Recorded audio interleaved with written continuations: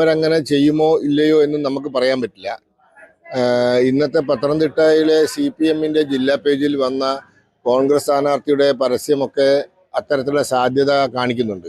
പക്ഷേ ഇത്തവണ അത് ചെയ്താലും അതിനെയും മറികടക്കാനുള്ള തന്ത്രങ്ങൾ BJP ആവിഷ്കരിച്ച് നടപ്പിലാക്കി കഴിഞ്ഞു. ഇപ്പോൾ ഈ കൽപ്പാത്തി ക്ഷേത്രം അടങ്ങുന്ന പ്രദേശങ്ങളടക്കം വഖഫ് ബോർഡിന്റെ ഒരു സംവിധാനത്തിന് ഭാഗമാകുന്നു, അല്ലെങ്കിൽ അങ്ങനെ ഒരു ഭീഷണി നിലനിൽക്കുന്നെന്ന് BJP സംസ്ഥാന അധ്യക്ഷൻ ഒരു ആരോപണം ഉന്നയിച്ചിരുന്നു. അത് യാഥാർത്ഥ്യമാണോ? കൽപ്പാത്തി മേഖലയിലും നൂറിനി മേഖലയിലുള്ള ഗ്രാമങ്ങളിൽ വഖഫ് അവകാശവാദം ഉന്നയിക്കുന്നുണ്ട് എന്നുള്ള ഒരു ശക്തമായ ഒരു സൂചന ലഭിച്ചിട്ടുണ്ട്. അതിപ്പോൾ പാലക്കാട് മാത്രമല്ല, ഇപ്പോൾ തളിപ്പറമ്പ് രാജരാജേശ്വര ക്ഷേത്രവും അതിൻ്റെ പരിസരത്തുള്ള 600 ഏക്കർ സ്ഥലവും വഖഫിൻ്റെ ആണെന്നുള്ള ഒരു അവകാശവാദം പരസ്യമായി ഉന്നയിക്കപ്പെട്ടിട്ടുണ്ട്.